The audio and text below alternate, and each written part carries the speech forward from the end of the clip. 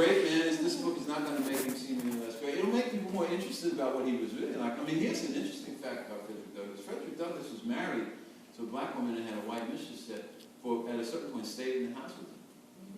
I mean, you can't do that now.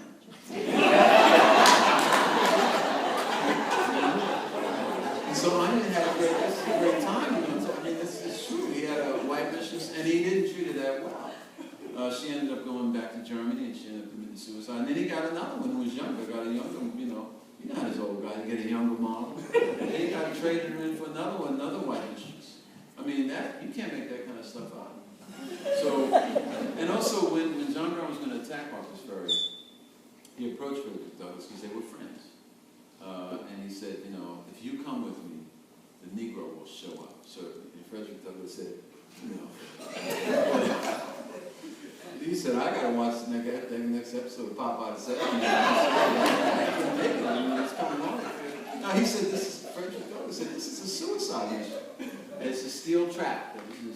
But his associate, who was named Emperor, I forgot the fellow's real name, but they called him Emperor. He actually did go. And he did accompany John Brown to Harper's Ferry. And he survived it.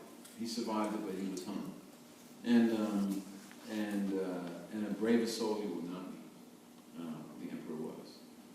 And some of the people who accompanied John Brown, these men were unconsciously brave.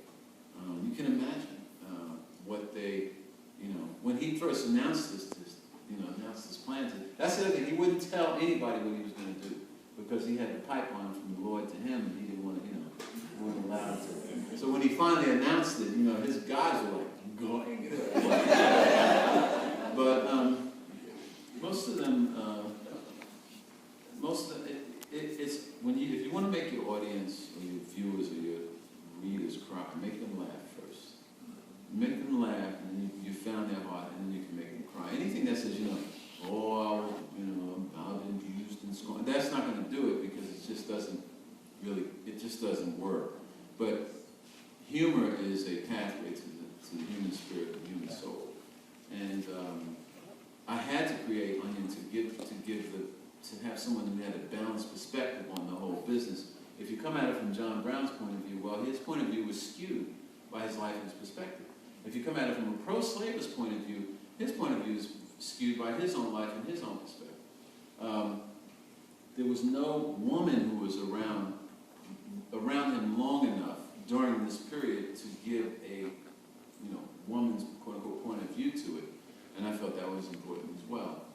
And also, when you work from the prism of a child's innocence, you always get stuff that you wouldn't normally get because children see it clear. And I miss Onion as a character. I enjoyed meeting him in the pages of this book. Yes, sir.